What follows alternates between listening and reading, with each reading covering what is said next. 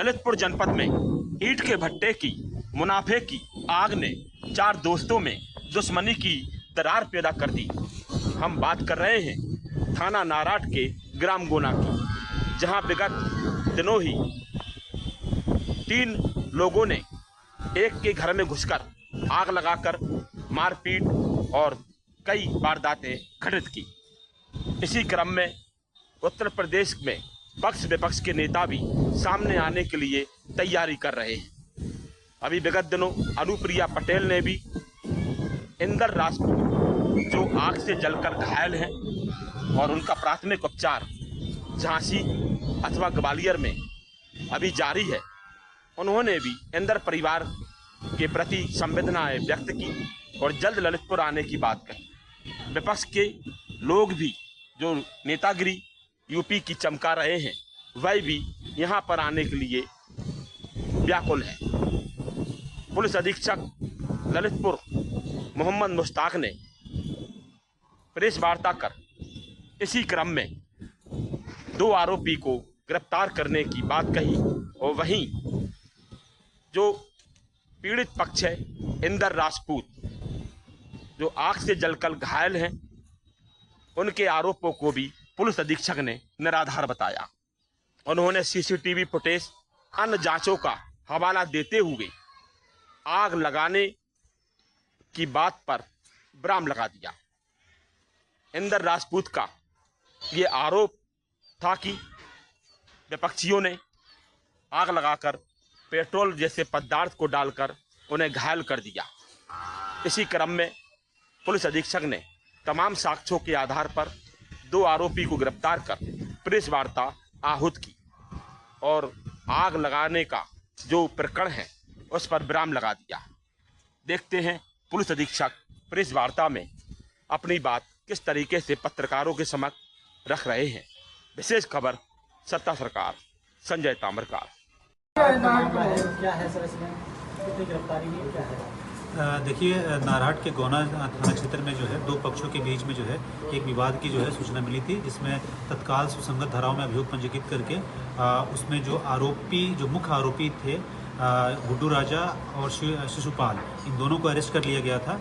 और जो कि उसमें जो है आरोप जो है एफआईआर में कई अन्य बिंदुओं पे भी लगाए गए थे कि उनको जो है किसी ज्वलनशील पदार्थ को डाल करके भी जो है उसमें आग लगाया गया है।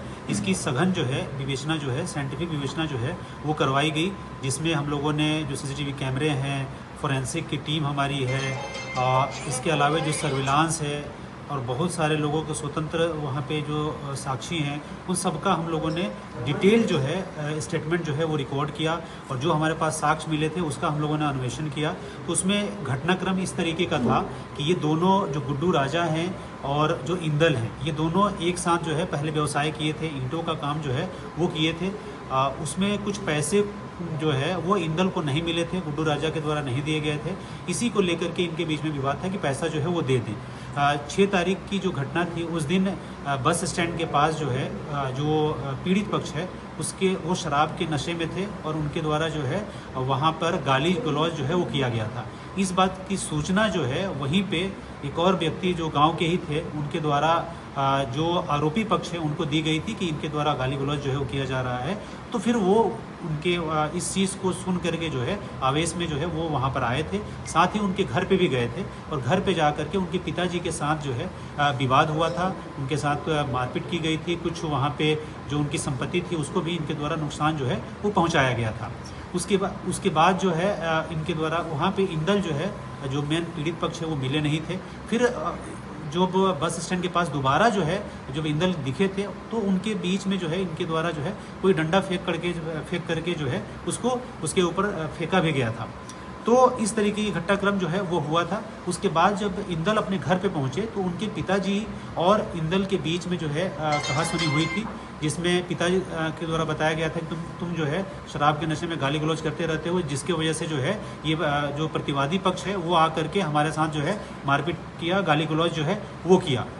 इस चीज़ को लेकर के जो है खुद ही इंदल के द्वारा जो है एक ज्वलनशील पदार्थ जो है वो डाला गया था अपने ऊपर, और जैसे ही इनके द्वारा उसमें आग लग गई थी उसके बाद इनके द्वारा डॉक्टर को जो है बताया गया था। और ये सारा साक्ष्य जो है सीसीटीवी कैमरे जो है वो हम लोगों ने निकाले हैं कि जिसके ऊपर आरोप लगाया गया है। मारपीट तो उनके द्वारा की गई है, इनके घर पे जाकर के मारपीट की गई है। ये तथ्य जो है वो साक्ष्य के आधार पे वो सारा चीज़ हम लोगों ने निकाला है। लेकिन जो ज्वलनशील पदार्थ डालने की जो बात है वो खुद ही जो है पीड़ित के द्वारा जो है वो अपने ऊपर डाला गया था। ये सभी साक्ष्य जो है इस बात को जो है साबित करते हैं। साथ ही हम लोग परिवार वालों के साथ भी हम लोगों ने बात किया है, तो इसमें निकल करके यही आया है कि पैसे के लेन देन को लेकर के विवाद था, और जो मुख्य आरोपी था और जो उसका सहयोगी था उसको अरेस्ट कर लिया गया है, और इसमें हम लोग प्रभावी कार्रवाई जो है वो इसमें हम लोग कर रहे हैं। सर उसके घर के आसपास क्या सीसीटीवी कैमरे लगे जहाँ जहाँ पे जस्ट उसके बगल में ही जहाँ पे रोड है, जहाँ पे जाने का रास्ता है, वहाँ पे कैमरे थे, और कैमरे की पूरा हर जगह का फुटेज जो है निकाला गया है, और उस सभी फुटेज से जो है ये चीज़ प्रमाणित जो है वो हो गया है कि इसमें जो है मारपीट की घटना जो है वो हुई है। घर में जो है घुस करके तोड़फोड़ भी इनके द्वारा किया गया है। लेकिन जो ज्वलनशील पदार्थ की जो घटना है वो उसके लगभग